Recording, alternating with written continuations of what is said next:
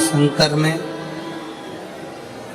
और मां आदिशक्ति में कोई भेद नहीं। शिव और शक्ति ये दोनों एक है।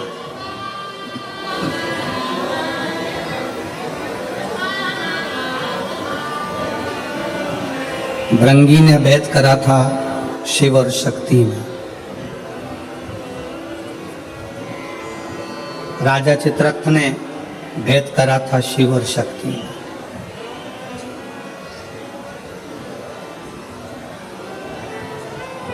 इन दोनों में कोई भेद नहीं।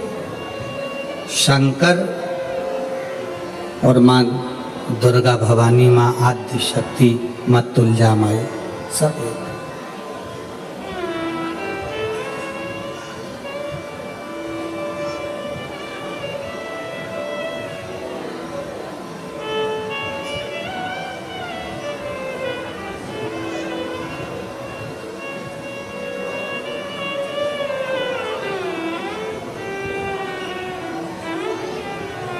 जब युद्ध के मैदान में छत्रपति वीर शिवाजी महाराज, छत्रपति वीर संभाजी महाराज जिस समय पर युद्ध के मैदान में टूटते थे,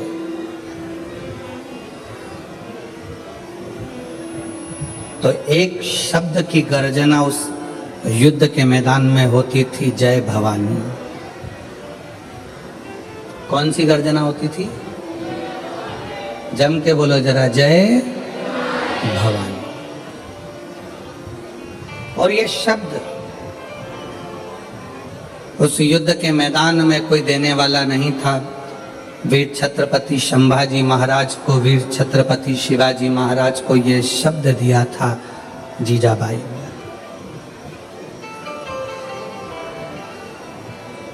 और जीजाबाई को ये शब्द किसने दिया था? शायद भारत की भूमि की वो मां जिन्होंने छत्रपति वीर शिवाजी को जन्म दिया, वो जीजाबाई कोई साधारण सी स्त्री नहीं थी। वो शिव की ऐसी उपासक थी, ऐसी उपासक थी कि मां गौरी शंकर, भगवान शिव और जगदम्बा जीजाबाई के सामने आशीर्वाद देने के लिए स्वतः पधार जाते थे। स्वतः।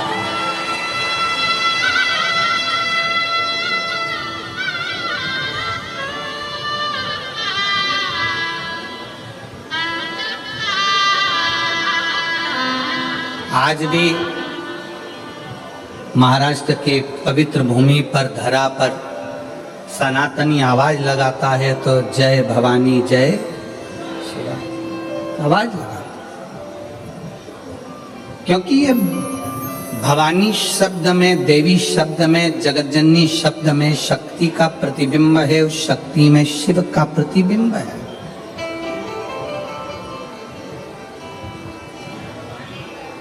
शिव और शक्ति का दोनों का प्रतिबिंब है, दोनों। मेरी जीजियों, नवरात्रे चाहे चैत्र के आए, नवरात्रे चाहे सर्दियाँ आए, चाहे गुप्त नवरात्रे आए, उसमें शंकर भगवान की जितनी जितनी आराधना करोगे उतनी उतनी जगत जननी जगदम्बा दुर्गा प्रसन्न होती चली जाती है और वर देती चली जाती है, उतनी प्रसन्न।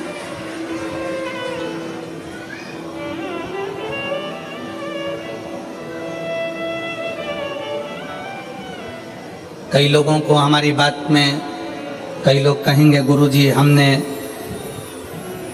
निमंत्रण दिया, आप हमारे मंदिर नहीं आए, कोई कहेगा आप हमारे यहाँ नहीं आए, कोई कहेगा आप हमारे मंदिर नहीं पहुँचे, कोई कहेगा आप हमारे यहाँ नहीं आए।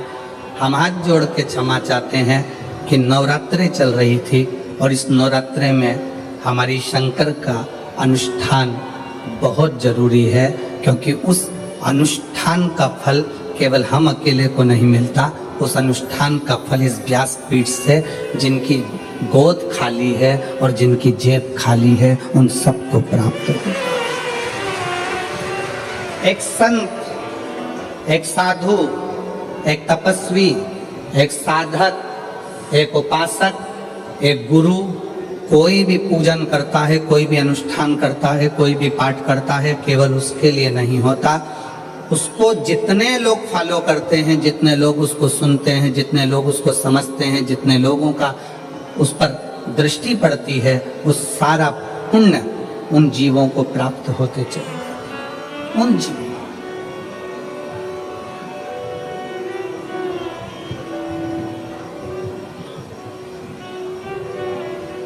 यहाँ पर बुजुर्ग बुजुर्ग माताएं बैठी होंगी और वो बैठी हुई माता कहती होंगी, जब घर में बड़ा अनुष्ठान होता है तो कहीं जाया नहीं जाता है। बुजुर्ग माताएं जानती हैं।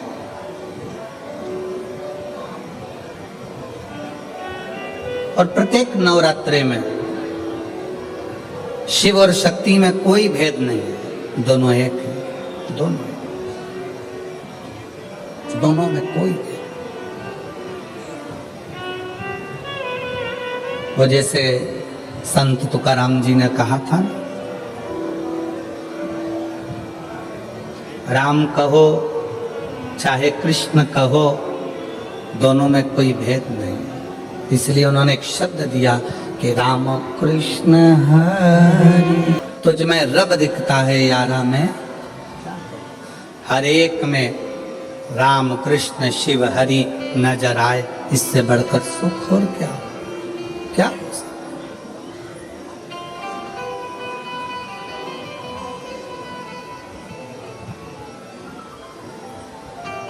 उसकी दृष्टि, उसको पहचानना, उसको जानना बहुत सा। एक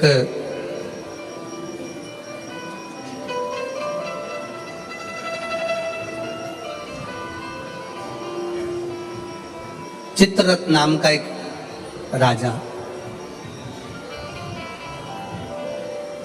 भगवान शंकर और मां जगत जननी आद्य शक्ति दुर्गा में भेद कर देता है।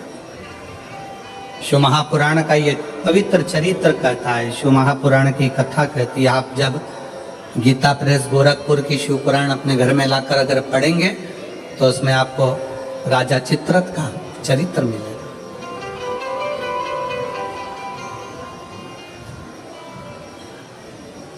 चित्ररथ का चरित्र जब आप दर्शन करेंगे तो राजा चित्ररथ ने शंकर पार्वती जी के सामने जाकर मां आद्य शक्ति को शिव जी के नजदीक में उनके गोदी में बैठे हुए देखा। गोदी में। भारत की भूमि पर ऐसे कई मंदिर हैं जिन मंदिर में शंकर जी की गोदी में पार्वती जी को बैठा हुआ दिखाया गया है।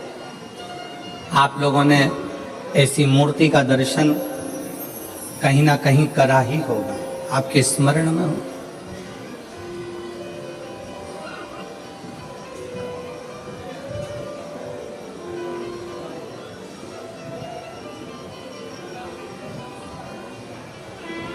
शिव जी की गोद में मां आद्य शक्ति, मां दुर्गा भवानी, मां पार्वती जी बैठी हैं।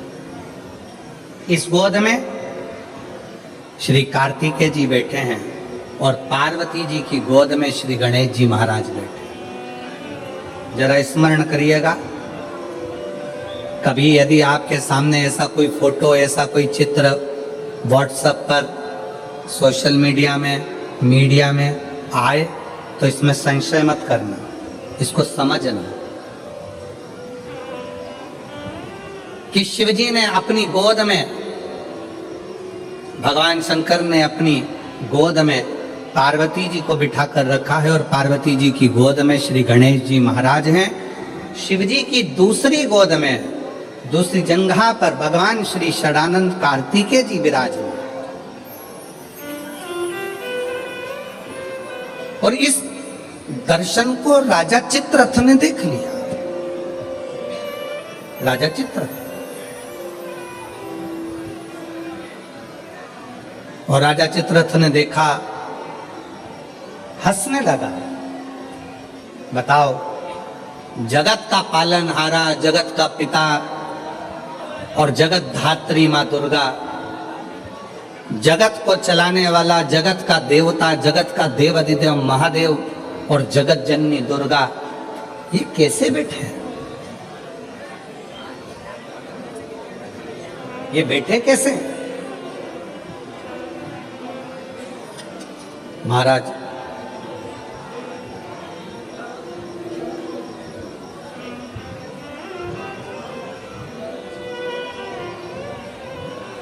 राजा चित्ररथ ने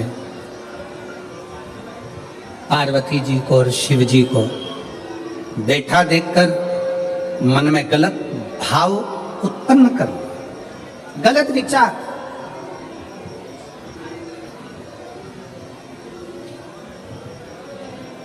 गलत सोच। किसी किसी को पूजन करते समय भी गलत गलत विचार आते हैं, किसी किसी को मंदिर जाते समय गलत गलत विचार आते हैं, किसी किसी को मंदिर में पूजन करते करते गलत गलत विचार आते हैं, किसी किसी को पूजन करते समय गंदगी दिखती है, गलत विचार आते हैं, स्त्री के बारे में, पुरुष के बारे में, उसकी अवस्था के बारे में, उसके नग्न स्वरूप के बारे में, उसकी चित्त वृत्ति में गलत गलत दृष्टियां आने लगती हैं। गंदा भोजन उसकी दृष्टि में आता है जब वो पूजन करने बैठता है, भजन करने बैठता है। कई लोग हैं ऐसे, और जिनकी भी दृष्टि में इस तरह की अगर बातें आ रही हैं कि मैं पूजन करने बैठी हूँ, मेरी गलत सोच हो रही है, गलत विचार आ रहे हैं, इस चक्कर में वो पूजन करना बंद कर देती है, इस चक्कर में पूजन करना बंद कर देता है, मंदिर जाना बंद कर देता है कि मैं मंदिर जाऊंगा, गलत सोचने में आएगा, गलत दृष्टि में आएगा। गलत कर नहीं रहा है ना, उसने किसी स्त्री को गलत दृष्टि से देखा, ना उसने कभी किसी पुरुष को गलत दृष्टि से देखा, ना उसने कभी मांसाहार करा, ना कभी उसने मदिरापान करा, ना कभी उसने गलत काम किया। उसके बाद भी वो पूजन करने बैठा, वो अच्छी जगह पर बैठा और उसकी दृष्टि में गलत विचार आने लगे। कहीं मांस दिख रहा है, कहीं मदिरा दिख रही है, कोई स्त्री दिख रही है, कोई पुरुष दिख रहा है, कोई वस्त्र विहीन दिख रहा है, कोई ऐसा दिख रहा है, कोई गलत कृत्य में दिख रहा है, उसके विचार दृष्टि में वो आ रहा है। और कई बार लोग परेशान हो जाते हैं कि गुरुजी ऐसा क्यों हो रहा है, हम तो अच्छा करने के लिए गए, हम तो मंदिर गए, हम तो भगवान के भजन करने के लिए गए, हम तो स्मरण करने के लिए गए, फिर हमारी चित्त वृत्ति में ये कैसे आ रहा है, हमारे सोच में ये कैसे आ रहा है, हमारे विचार में ये कैसे आ रहा है। और जब शिव पुराण कहती है राजा चित्ररथ की बुद्धि में भी यह गलत विचार आ गया था, केवल संसार के मनुष्य की बुद्धि में नहीं, राजा चित्ररथ की बुद्धि में भी यह विचार आ गया था। ये शिव महापुराण की कथा कर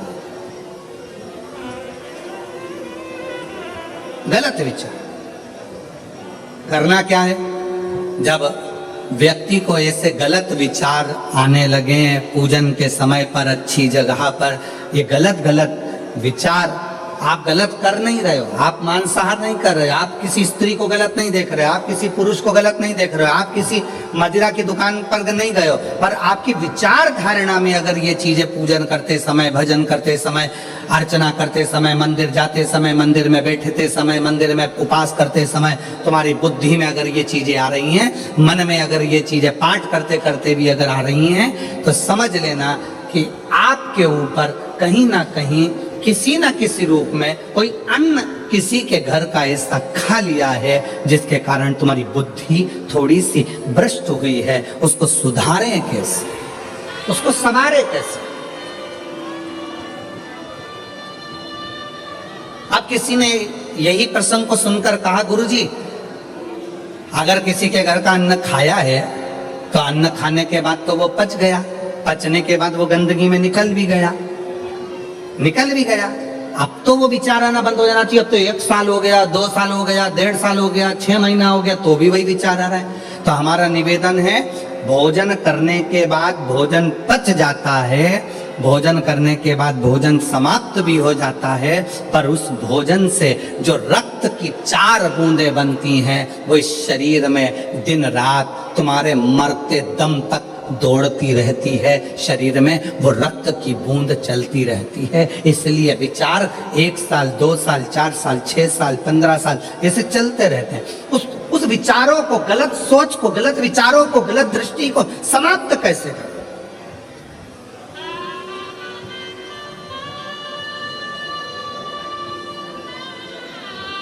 राजा चित्ररथ का चरित्र कर। तब राजा चित्ररथ ने गलत विचार से पार्वती जी और शिव जी को देख लिया, गलत विचार से। शिव जी कुछ नहीं बोले, कुछ, पर पार्वती मैया ने राजा चित्ररथ को श्राप दे दिया, श्राप। तो शिव जी का इतना बड़ा उपासक होकर, शंकर भगवान का इतना बड़ा भजन करने वाला, इतना भक्ति में डूबने वाला, इतना स्मरण करने वाला राजा चित्ररथ, तू शिव जी का इतना उपासक होने के बाद भी तूने माता और पिता को गलत भाव से देखा है, इसलिए तुझे असुर बनकर जन्म लेना पड़ेगा, राक्षस बनकर। फिर वो चित्ररथ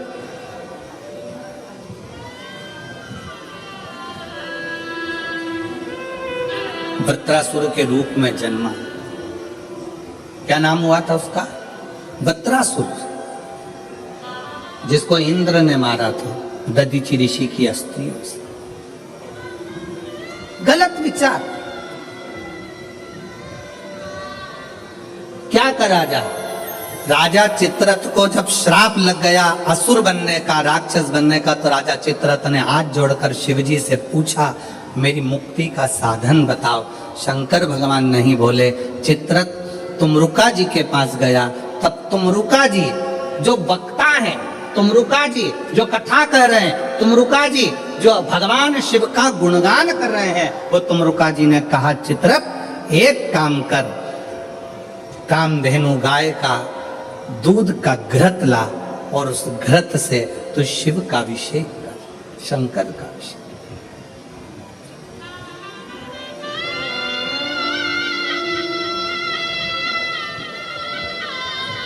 मेरी जीजियों, मेरे जीजाओं, मेरी बेटियों, बेटाओं, मेरी माताओं, मेरे भाई, मेरे बांधव, अपने को भी अगर गलत विचार आते हो, पूजन के समय पर पाठ करते करते गलत जगह पर अपना मन जा रहा हो, तो 5 प्रदोष एक कटोरी में 1 चम्मच घी, गाय का, देसी गाय का 1 चम्मच घी, 1 चम्मच भी ना हो तो आधी चम्मच घी, आधी चम्मच भी अगर घर में ना हो तो 2 बूंद घी, 2 बूंद भी ना हो तो देसी गाय का 1 बूंद घी अपनी हथेली में मध्य में लगाकर, जो शंकर भगवान का,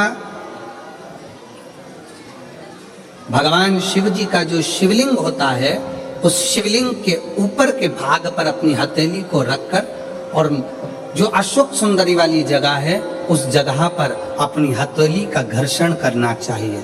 लगभग 5 प्रदोष अगर आपने कर लिया तो निश्चित है आपकी बुद्धि में कभी गलत विचार पूजन करते समय आएगा ही नहीं, और गलत दृष्टि की ओर जाओ।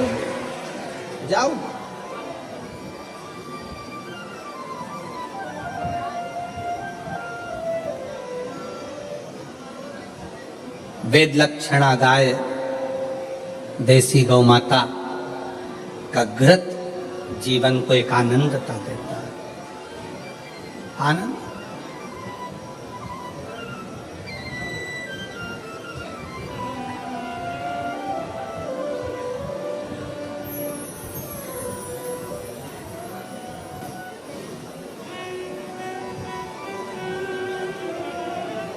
भारत के इतिहास में संसद भवन में बैठकर रात रात भर मंथन कर कर जो वक्फ बोर्ड बिल पर संशोधन किया गया, उसके लिए पूरे प्रशासन को बहुत बहुत साधुवाद, बहुत साधुवाद।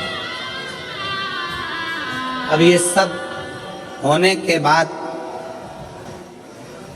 एक संसद में एक बात और पारित हो जाए कि गौ माता की हत्या बंद हो जाए, इससे बढ़कर कोई, उससे बढ़कर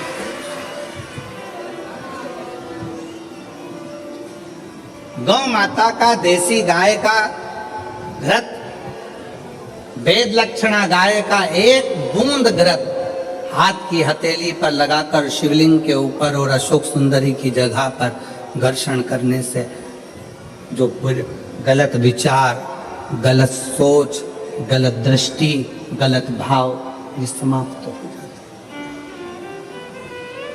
समाप्त हो।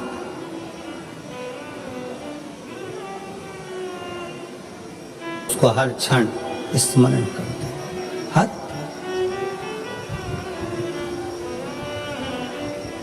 वो राम कथा किस किसने सुनी है? सबने सुनी है।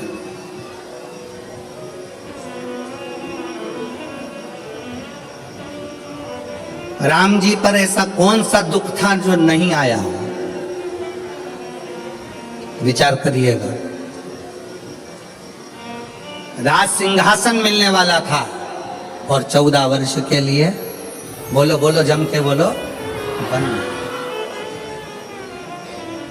आप कहते हो थोड़ा सा दुख आ गया, मेरी दुकान नहीं चल रही, मेरी नौकरी नहीं लग रही, मेरी सर्विस नहीं लग रही, मैंने इतनी मेहनत करी, सफलता नहीं मिल रही। अरे जिसके पास में सिंहासन आने वाला था, रात की रात उसको 14 वर्ष के लिए वन जाना पड़ जाता है। 14 वर्ष के लिए कितना बड़ा दुख होगा, जरा याद करिएगा। 14 वर्ष के लिए वन के लिए निकलते और थोड़े समय के बाद सूचना मिल जाती है कि पिता शांत हो जाते हैं, बाप पिता चले जाते हैं, बाप चले, पिता चले गए। दुख देखिए, सिंहासन गया, अपना राज्य गया, अपना गांव छोड़ना पड़ा, वन वन डोलना पड़ा, पिता चले गए। और दुख देखिए, आगे चलते हैं तो धर्म पत्नी भी चली जाती है। दुख देखिए, दुख। आप एक एग्जाम पास नहीं करते हो, माँ बाप ने आपको पाल पोस कर बड़ा करा और एक एग्जाम पास नहीं कर पाए, कोचिंग करने गए थे पुणे, कोचिंग करने गए थे कोटा, कोचिंग करने के लिए गए थे दिल्ली, कोचिंग करने गए थे मुंबई, कोचिंग करने के लिए गए थे लातूर, कोचिंग करने गए थे हैदराबाद, एक सब्जेक्ट नहीं निकल पाया, अंदर से टूट गए। और 20-25 साल के बेटे होकर, बेटी होकर, 25 साल के बेटा बेटी होकर रस्सी बांधकर सुसाइड कर लेते हो, जहर की पुड़िया खा लेते हो, पानी में डूबकर मर जाते हो। विचार करना, उस परमात्मा की जिंदगी में कितना दुख आया, हिम्मत नहीं हारी, आखिरी तक संघर्ष करते रहे तो आखिरी में अयोध्या के राजा बनकर विराजमान हो गए। और आज के बेटा बेटी, जरा सा पति ने कुछ कह दिया, बहू का मुख खुल गया, जाकर मायके बैठ गई, अदालत में केस लगा दिया, इतना दुख दे रहे हैं, मेरी सास इतना दुख दे रही है, मेरे घर के लोग इतना दुख दे रहे हैं, मेरे परिवार वाले इतना दुख दे रहे हैं। अरे भगवान से प्रार्थना करना कि बहुत अच्छे लोग मिले हैं, ना जाने किस्मत में और कितना दुख लिखा होगा। दुख चाहे यहाँ लिखा वहां लिखा, उसको भोगना तो पड़ेगा, भोगना। अब ईमानदारी से बोलो, इतनी कथा तो आपने सुन ली, आपको भी अपने दुख के समय पर ढेर सारे महाराज मिलते हैं, ढेर सारे लोग मिलते हैं और आप सबसे कहते हैं मेरा हाथ देखकर बता दो मेरा भाग्य क्या कह रहा है, मेरी पत्रिका देखकर बता दो मेरा भाग्य क्या कह रहा है, मेरे घर का ग्रह क्या कह रहा है, मेरे जीवन में इतना दुख है। तुमसे ज्यादा राम जी को मिले थे गुरु विश्वामित्र जैसे, वाल्मीकि जैसे, गुरु बाबा, ढेर सारे आंत्री जैसे बड़े बड़े तपस्वी गुरु मिले थे। राम जी ने एक से भी नहीं कहा कि मेरा हाथ देखकर बताना, कि मेरी किस्मत देखकर बताना। राम जी ने केवल एक बात कही कि समय मिल जाए तो मुझे कथा सुनाना, अगर मैं कथा सुनूंगा तो मेरी व्यथा समाप्त होती चली जाएगी, इसमें मेरी प्रतिष्ठा है। राम जी ने इतने बड़े बड़े विद्वान मिले पर हाथ नहीं दिखाया, राम जी ने इतने बड़े बड़े विद्वान मिले पर अपनी पत्रिका नहीं दिखाई, राम जी ने इतने बड़े बड़े विद्वान मिले, किसी से नहीं पूछा कि मेरा दुख कैसे कटेगा, मेरी पत्नी चली गई, मेरा पिता चले गया, राज सत्ता चली गई, दर दर भटकना पड़ रहा है, 14 साल ठोकरें खा रहा हूं, मेरा भाग्य कैसे बनेगा? राम जी ने किसी से नहीं पूछा। जितने संत के दरवाजे पर राम जी जाते थे, हाथ जोड़कर संत पूछते थे क्या सेवा करें राघव, आपको क्या कहें? राम जी कहते थे बस कथा सुना दो, कथा सुना दो। क्यों? क्योंकि राम जी जानते थे दुनिया की सारी व्यथा केवल शिव कथा ही काट सकती है, इसके सिवा कोई नहीं काट सकता। आप कथा कहो मुझे। जितने संत मिलते थे वो कथा करते थे, कथा सुनते थे राघव, कथा श्रवण करते थे राघव, और अपने पथ पर चलते चलते पार्थिव शिवलिंग का निर्माण करते थे राघव। भारत की भूमि पर अयोध्या से लेकर लंका तक भारत सरकार ने राम पथ गमन बनाया है। पूरे राम पथ गमन पर चलकर देखिए, जितने राम पथ गमन पर राम जी के मंदिर नहीं मिलेंगे, जितने राम पथ गमन पर हनुमान जी के मंदिर नहीं मिलेंगे, जितने राम पथ गमन पर किसी देवता के मंदिर नहीं मिलेंगे, उतने राम पथ गमन पर केवल शंकर के मंदिर हैं। क्योंकि राम जी जहां रुकते थे वहां शिव का निर्माण करते थे, राम जी जहां रुकते थे वहां शंकर का निर्माण करते थे। क्यों? क्योंकि उनको मालूम है कि व्यथा मिटाने के लिए शिव की कथा बहुत जरूरी है, और शिव की कथा अगर हमारे अंदर आ गई तो व्यथा मिट जाएगी। और वही आज कथा कर रही है। आज शिव महापुराण की कथा क्या कर रही है? ये लाखों की भीड़, पंडालों में जगह नहीं है। आज कम से कम 11 लाख के ऊपर लोग होंगे, 11 से 12 लाख के ऊपर इस शाहदा की भूमि पर भक्त होंगे।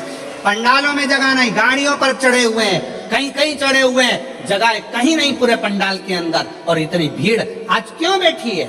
उसको मालूम है कि अब हम सब दूर भटक कर देख लिए, इसलिए राम जी को भी कथा ने ही व्यथा मिटाई थी, और हमारी भी जिंदगी में शिव कथा व्यथा मिटा देगी, तकलीफ मिटा देगी, कष्ट मिटा देगी, दुख मिटा देगी। वो व्यथा मिटाने के लिए शिव तत्व की कथा बहुत जरूरी है, बहुत जरूरी, बहुत नहीं आता। अच्छी दुकान चलते चलते बंद हो जाती है, फैक्ट्री चलते बंद हो जाती है, व्यापार चलते बंद हो जाता है, परिवार टूटने की कतार पर आ जाता है, भाई भाई का द्रोही हो जाता है, परिवार नाते रिश्ते कुटुंब कबीले सब बुरे होते चले जाते हैं। जब दुख आता है सब साथ छोड़ जाते हैं। उस दुख में ये विचार मत करना कि मुझे सुसाइड करना है, मरना है, या ये करना है या वो करना है। नहीं, दुख का सामना करना, सामना।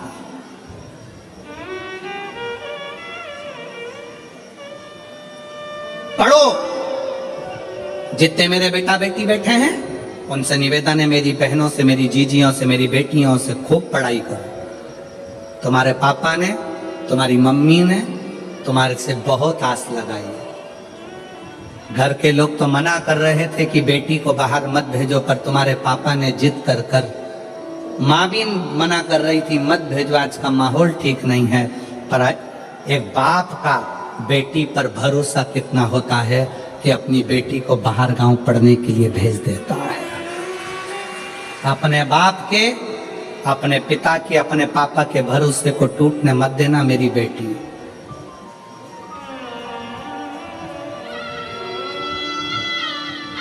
मेरे बेटा, तुम्हारे पापा की जेब में इतना पैसा नहीं है कि तुम्हें बड़े बड़े कोचिंग सेंटर भेजे, बड़ा बड़ा डिप्लोमा कराए, बहुत अच्छे शहर में पढ़ने भेजे, बहुत अच्छा कॉलेज, बहुत अच्छा स्कूल में एडमिशन कराए। तुम्हारे पापा की जेब में इतना पैसा नहीं है। पर मेरे बेटाओं, याद रखना, तुम्हारा पापा ना जाने कहां से मेहनत कर कर तुम्हारा पिता ला ला कर तुमको पढ़ा रहा है, तुम्हें मंजिल तक पहुंचा रहा है। वो खुद नहीं पढ़ पाया, खुद आगे नहीं बढ़ पाया, पर अपने बेटे से उसको बहुत आस लगी है। इसलिए बेटा याद रखना, खड़े होना तो सनातन धर्म की लाइन में खड़े होना, खड़े होना तो शिवालय की लाइन में खड़े होना, किसी दारू की दुकान पर मत खड़े होना।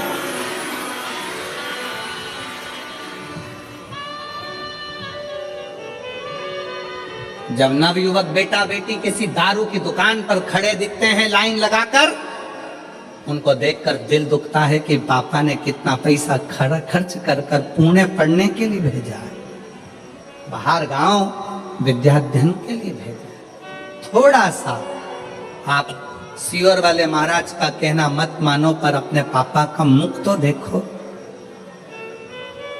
बेटियों से निवेदन है, एक पिता ने अपने भरोसे पर तुम्हें पढ़ने के लिए भेजा है। ये जो फालतू फालतू के जो ये लफड़े हैं ना, ये मुझे चाहता है, वो मुझे चाहता है, ये मुझे चाहता है, वो मुझे चाहता है, ये प्यार मोहब्बत, ये सब दिखावे के हैं, 4 दिन की चांदनी।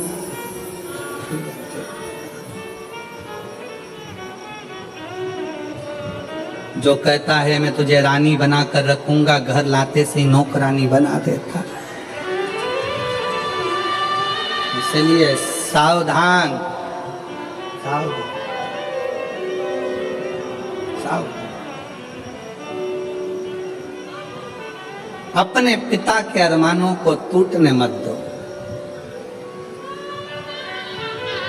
किसी आड़े तेड़े नत्थु खेरे की ओर तुम्हारी दृष्टि ना जाए। अपने अरमानों को, अपने पिता के अरमानों को ध्यान रखो।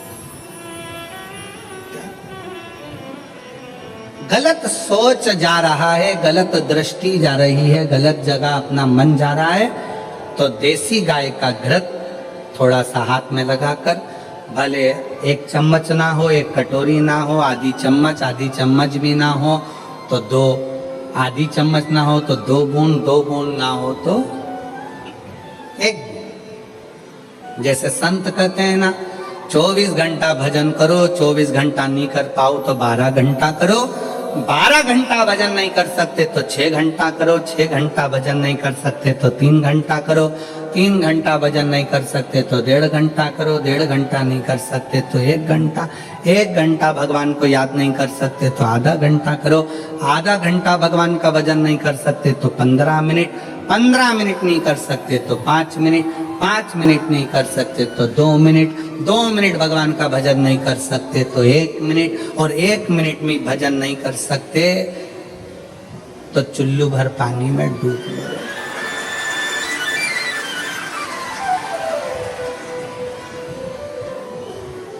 इससे जोरदार कोई बात नहीं हो सकती।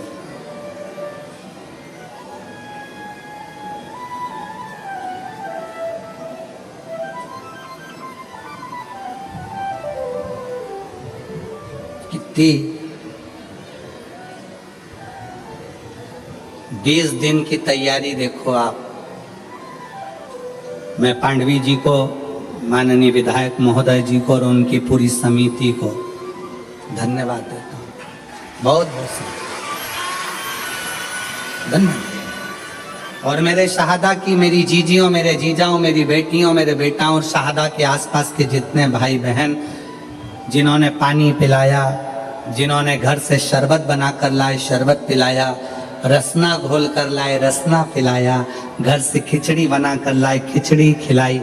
यहाँ तो विधायक जी ने, समिति ने भोजन की बहुत अच्छी व्यवस्था करी, पर साथ में कोई टॉफी, कोई बिस्कुट, कोई चॉकलेट, कोई कुछ खिलाते रहे पूरे पंडाल में। बाहर भी कल का नजारा आप अगर देखते ना, कल रात को कौन आए थे? आए थे आप लोग? कौन कौन आए थे? आए थे सब। कल रात का नजारा देखते तो ये सोचते ये अपना शहादा है कि और कहीं आ गए। रात का नजारा, इधर ट्रैफिक जाम, उधर ट्रैफिक जाम, उधर ट्रैफिक जाम, और डीजे, बैंड बाजे और माताएं हरिओम में ओम समाया है और मेरा भोला शहादा में आया। और अरे भाई, इससे अच्छा समय और क्या होगा? बताओ जरा, ईमानदारी से बोलो, इससे अच्छा समय क्या होगा? कोरोना जैसी बीमारी आई, मोहल्ले के 4-6 निपट गए, तू बचा रह गया। इससे जोरदार समय और क्या लेकर आएगा?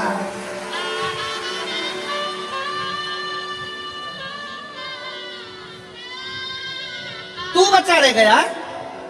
और जिसमें बीमारी थी, शुगर थी, बीपी था, थायराइड था, सब बीमारी थी, और चाहता तो कोरोना तुझे चिपक जाता, पर शंकर जी ने कहा रहने दे, सादा में कथा सुनेगा, का माथा बच्ची करे इसके लाके, रहने दे इसके नीचे। और उसके बाद भी क्या समय नहीं मिला, तो भगवान ने भी कह दिया ठीक है। इतनी जोरदार कथा का आनंद नहीं ले पाया, समय नहीं मिला। मैंने तुझे कोरोना से बचाया इसलिए था कि सादा में जब विधायक जी कथा कराए तो आ जाना, तो तुझे बोले कौन? अरे भाई, मौका मिले, क्रिकेटर भी इंतजार करता रहता है कि बस ऐसी गेंद आने दो, ऐसा छक्का लगाऊंगा कि बाउंड्री पार। इंतजार करता है क्रिकेटर भी। ये बल्ला लेकर खड़ा है और पीछे वाला विकेट कीपर जो पीछे खड़ा है बिल्कुल नजदीक में, पूरी फील्ड में बल्ले वाले को टेंशन किसी से नहीं रहता, पास वाले से रहता है। उसी तरह सावधान, तुम्हें बर्बाद करने वाला कोई दूसरा नहीं होगा, तुम्हारे पास वाला ही होगा।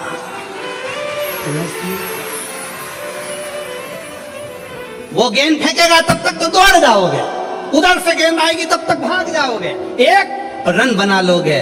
टेंशन पीछे वाले से है, बिल्कुल पास में खड़ा है, तैयारी में, गेंद आए और तुम विकेट में। बस ऐसे संसार के कई लोग इंतजार कर रहे हैं, खूब उड़ रहा है, खूब आगे बढ़ रहा है, गिरने से विकेट, और इंतजार करते हैं रिश्ते नाते कुटुंब कबीले, एक बार डाउन में आ, ऐसी ऐसी उड़ाऊंगा कि डीजे भी हल्के पड़ जाएंगे और सारे मोहल्ले में डोंडी पीट जाऊंगा। वो तो ऐसा था।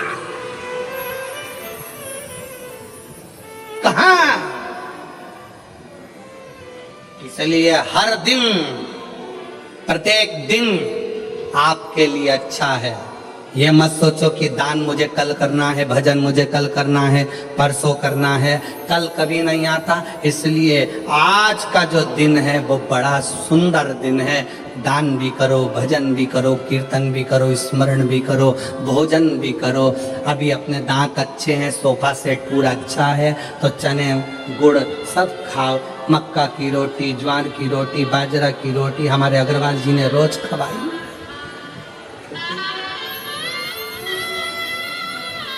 तीन बहुएं अग्रवाल जी की, और तीनों कंपटीशन में लगी रहती थी। आज मैं ये बनाऊंगी, दूसरी के आज मैं बनाऊंगी, तीसरी के मैं बनाऊंगी, तीनों लगी रहती। इसलिए थाली में भी तीन ही तरह की रोटी आती थी, तीनों तैयार करके आज हम ये बनाएंगे, आज हम ये बनाएंगे, आज हम ये। मौका मिली सेवा का मौका। पूरे शहादा की एक एक जीजियों ने, शहादा के एक एक बेटे ने धूप में खड़े होकर सेवा करी। और मैं शहादा क्षेत्र के इस जिले नंदुरबार के collector, SP, SSP, IG, commissioner, यहाँ के तहसीलदार, यहाँ के जज महोदय, यहाँ के टीआई, यहाँ के थानेदार, यहाँ का एक एक कांस्टेबल, एक एक चिकित्सा विभाग, सबको धन्यवाद देता हूँ कि आपने अपनी जी और जान लगा दी इस कथा। आपने अपनी जी और जान लगा दी इस पूरी कथा में। रात दिन धूप में खड़े होकर सेवा करिए, खूब सेवा करिए, और सेवा का फल खाली नहीं जाएगा। जितना इनको मिलेगा उतना की उतना ही सेवा करने वाले उन कांस्टेबलों को भी प्राप्त होगा, चिकित्सा विभाग को भी प्राप्त होगा। ये आपकी मेहनत है, ये आपका परिश्रम है। और खाली एक विश्वास, चित्ररथ ने पूछा, शिव महापुराण की कथा कहती है, राजा चित्ररथ का चरित्र कहता है, मैंने गलत दृष्टि से सोच लिया, मैंने गलत दृष्टि से विचार कर लिया, मैंने गलत दृष्टि से देख लिया, इसलिए अब मैं कैसे शिव को रिझाऊं? मुझसे पाप हो गया, पाप कर्म हो गया। कथा में कहा था, कितना बड़ा भी पाप कर्म हो जाए तो भी शंकर के मंदिर जाना मत छोड़ना। श्री शिवाय नमस्तुभ्यम बोलना मत छोड़ो। अपने दरवाजे पर भी स्टिकर चिपका दो। कौन सा? श्री शिवाय नमस्तुभ्यम। हो सकता है कि मेरी जिंदगी में मैंने बहुत पाप किया हो, गलत कृत्य किया हो, पर ये घर तेरा है। गाड़ी पर लिखा दिया श्री शिवाय नमस्तुभ्यम, ये गाड़ी तेरी है, मेरा नहीं, मेरा नहीं। अपना नाम लिखोगे तो वो तो कहीं पर भी छूट जाएगा। लोगों ने लिख दिया अपना खुद का नाम कमला फार्म हाउस, फिर लिख दिया बिमला निवास, शादी करी तो अंगूठी में लिख दिया वी, गले में पेंडिल बनवाया तो उस पे लिख दिया के कमला। मेला घूमने गई तो हाथ पे लिखवाया आई कमला बाई, लिखा लिख दिया। हमारी शरीर भी यहीं, पेंडिल भी यहीं, अंगूठी भी यहीं, फार्म हाउस भी यहीं, कुछ भी लेकर नहीं गए। तो जिसका नाम था उसका लिख दो, हरि विठल का है, विठल का ही रहेगा। राम का है, राम का रहेगा। कृष्ण का है, कृष्ण का रहेगा। शंकर का है, शंकर का रहेगा। मेरा अपना कुछ नहीं, कुछ नहीं। वो एक लाइन गुनगुनाते हो ना, मैं पूर्ण हुआ, फूल लेकर चले गया, जितनी फूल की सुगंध थी संसार सागर में दे सकते थे, दे दो, देव। मक्खी देखी है? अरे बोलो तो जम के, मक्खी देखी है? अच्छी जम के बोलो, देखी है? अच्छा, शक्कर पर बैठती है ना, गुड़ पर बैठती है, मिठाई पर बैठती है ना। रात के समय पर शक्कर का डिब्बा खोल कर रख दो, रात के समय पर गुड़ का डिब्बा खोल कर रख दो, रात के समय पर गुलाब जामुन खोल के रख दो, रात के समय पर रसगुल्ला खोल के रख दो, मक्खी आएगी? नहीं। मक्खी बहुत समझदार होती है। रात में मक्खी कभी नहीं आती, दिन में आती है। इसलिए मक्खी दिन में शक्कर के डब्बे के पास आती है, मक्खी दिन में गुड़ के पास आती है, पर मक्खी रात में नहीं आती। और यही शिव महापुराण की कथा कहती है, जब आपके दिन अच्छे होते हैं तो कोई तुम्हारे दरवाजे पर हाथ फैलाने आता है, अंधेरे में कोई नहीं आता। जब बुरे दिन होते हैं तब कोई नहीं, कौन आएगा? मक्खी दिन में आती है शक्कर खाने, मक्खी दिन में आती है गुड़ खाने। रात के समय डब्बा खोल के रख दो, मक्खी नहीं आएगी। आपके अच्छे दिन हैं तो लोग आएंगे, काका जी हमारे को जरा बेटे की फीस जमा करना है, भैया भूख लगी है, दादा प्यास लगी है। आपके दिन है इसलिए आ रहे हैं। आपके दिन नहीं होंगे ना, रात होगी ना, कोई नहीं आएगा। जब आपके पास में कुछ नहीं होगा, कौन मांगने आएगा? कौन रिश्तेदार, कौन नातेदार, कौन कुटुंब, कौन मोहल्ला, कौन आएगा? दिन है तो लोग आ रहे हैं। अगर आज कोई तुम्हारे को कुछ कह रहा है, सुनो, क्योंकि आज आपका दिन है। कोई आपसे मांग रहा है तो समझ लेना कि आज आपका दिन है कि लोग आपसे मांग रहे हैं। मक्खी दिन में आती है, रात में नहीं। उसी तरह अपने भी अगर कुछ मांगने आते हैं ना, जब तुम्हारे पास कुछ होता है तो आते हैं, नहीं तो कौन आएगा? किसकी आएगा? राजा चित्ररथ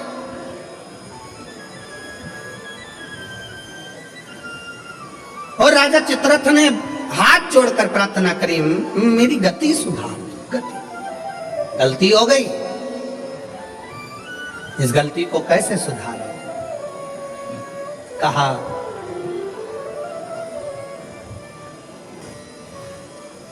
एक दिन भूलवश, यदि भूलवश बेल पत्र के वृक्ष की मिट्टी मस्तक चढ़ जाएगी, उस दिन तेरी गति संवर जाएगी, गति संवर जाएगी, तेरा दुख समाप्त, दुख मिट जाएगा। महाराज शिव कथा कह रही है, भगवान शंकर का चरित्र कह रहा, शिव पुराण कह रही है। बृहस्पति बाबा का अपमान इंद्र की सभा में हो गया। देवगुरु बृहस्पति का अपमान। राजा इंद्र इतनी सत्ता में डूबा हुआ था, इतने वैभव में डूबा हुआ था, इतने आनंद में डूबा हुआ था कि गुरु भी आए तो सम्मान नहीं कर पाए। और जगत का जितना गुरु है वो शिव का एक रूप है। जगत में जितने माता पिता हैं वो शिव का एक रूप है। जगत में जितने बच्चे हैं वो शिव का एक रूप है। जगत में जितने जीव हैं सब शिव का एक रूप है, सब शिव का।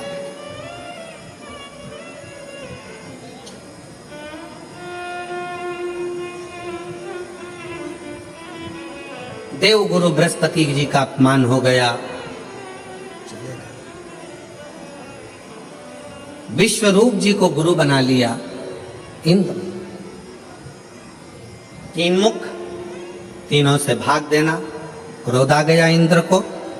तलवार उठाकर इंद्र ने विश्वरूप जी का सिर काट दिया। ब्राह्मण हत्या माथे चढ़ गई। उस ब्राह्मण की हत्या को क्या करूं? ब्राह्मण हत्या जब माथे चढ़ी तो कमल की डंडी के अंदर जाकर छुप गए। कमल की डंडी के अंदर इंद्र छुपे। देव ऋषि नारद जी ने आकर देखा कि इंद्र तो कमल की डंडी के अंदर छुपे हैं, तो कहा, अरे इंद्र कब तक छुपे रहोगे? यह ब्राह्मण हत्या पीछा छोड़ने वाली नहीं है, इसलिए इसको बांट दो। इस ब्राह्मण हत्या को बांट दिया जाए।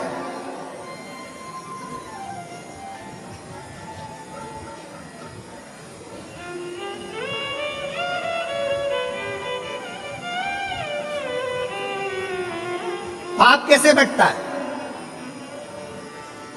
पाप को बांटते कैसे? एक समझने वाला प्रसंग है। पाप को कैसे बांटा जाता है? इस ब्राह्मण हत्या को बांटो, पाप बांटा कैसे जाए? शिव महापुराण का एक संवाद आता है। एक राजा ने ब्राह्मणों का भोजन रखा, संतों का भोजन रखा, नगर में भोजन रखा। भोजन बन रहा था, खीर तैयार हो रही थी। तैयार होते होते खीर, इतनी देर में एक चील उड़ती उड़ती आई, सांप को पकड़ा लेकर चली। वो सांप खीर में गिर गया, उसका विष खीर में पड़ गया। खीर में पड़ा, किसी का स्मरण नहीं हुआ। जितने संत भोजन कर रहे थे वो सब मर गए,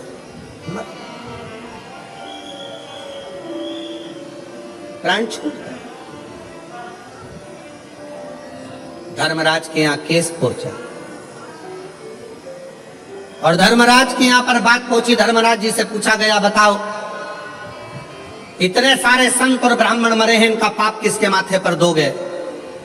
चील अपना पेट भरने के लिए भोजन ले जा रही थी, उसको सांप खीर में गिरा। उसको जो भोजन बना रहा था उसको, या जो भोजन करा रहा था उसको, या राजा जिसने भोजन ब्राह्मणों को खिलवाया उसको, जिसने निमंत्रण दिया था। धर्मराज मौन होकर बैठ गए। समय आएगा तब इस पाप को किसके माथे पर चढ़ाना है वो बता दिया जाए। ये ब्राह्मणों के मरने का पाप किसके माथे पर देना है, समय आएगा तब बता दिया जाएगा। इंतजार किया गया। इंतजार करते करते नगर की एक महिला ऐसी थी, एक स्त्री ऐसी थी जो दिन रात राजा को कोसती थी। बताओ कैसा खोला राजा है, इतने बामनों को खा गया, ब्राह्मणों को खीर खिला दी, ब्राह्मण मर गए, संत मर गए, संत मर गए, राजा ऐसा, राजा वैसा, राजा ऐसा, राजा वैसा, खूब कोसती। अब फिर धर्मराज से पूछा, अब बताओ कि ब्राह्मणों के मरने का, संतों के मरने का पाप किसके माथे पर रखना है? तो धर्मराज ने कहा, जो ये स्त्री राजा की निंदा कर रही है ना, गालियां दे रही है ना, इसी के माथे पर ये पूरा के पूरा पाप चढ़ा दिया जाए, पूरा पूरा। ऐसी गलती हम लोग भी करते हैं, ऐसा नहीं कि नहीं करते। मंदिर कोई पूजन करने जा रही है ना, कोई मंदिर में अगर एक लोटा जल चढ़ाने जा रही है ना, कोई मंदिर में दिया लगाने जा रही है ना, कोई पशुपतिनाथ का व्रत करने जा रही है, कोई प्रदोष का दर्शन करने जा रही है, कोई मंदिर में झाड़ू लगाने जा रही है, कोई मंदिर में सफाई करने जा रही है, तो कई माताएं उस पर ताना कसती हैं, ये चली सती सावित्री, ये देखो ये चली, इतनी पंठन के जाने की जरूरत क्या है, मंदिर जा रही। ऐसा ना जाने कितने कितने लोग दिन भर बैठे बैठे दुकान पर व्यापार में ना जाने कहां मंदिर जाने वालों को, कथा में जाने वालों को, सत्संग में जाने वालों को कोसते रहते हैं, और उसके जीवन का सारा पाप उसके माथे चढ़ जाता है और उसका पुण्य समाप्त होते चले जाता है। अच्छा करो, वाणी ऐसी बोलिए, जम के बोलो जरा, जो मन का आपा खोए। फिर से बोलो, वाणी ऐसी बोलिए जो मन का आपा खोए। पर आज के जमाने में वाणी ऐसी बोलिए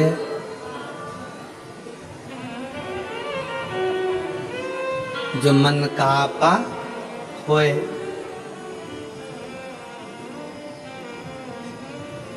सोच समझकर, विचार कर कर अच्छा बोलने का प्रयास करो। अच्छा,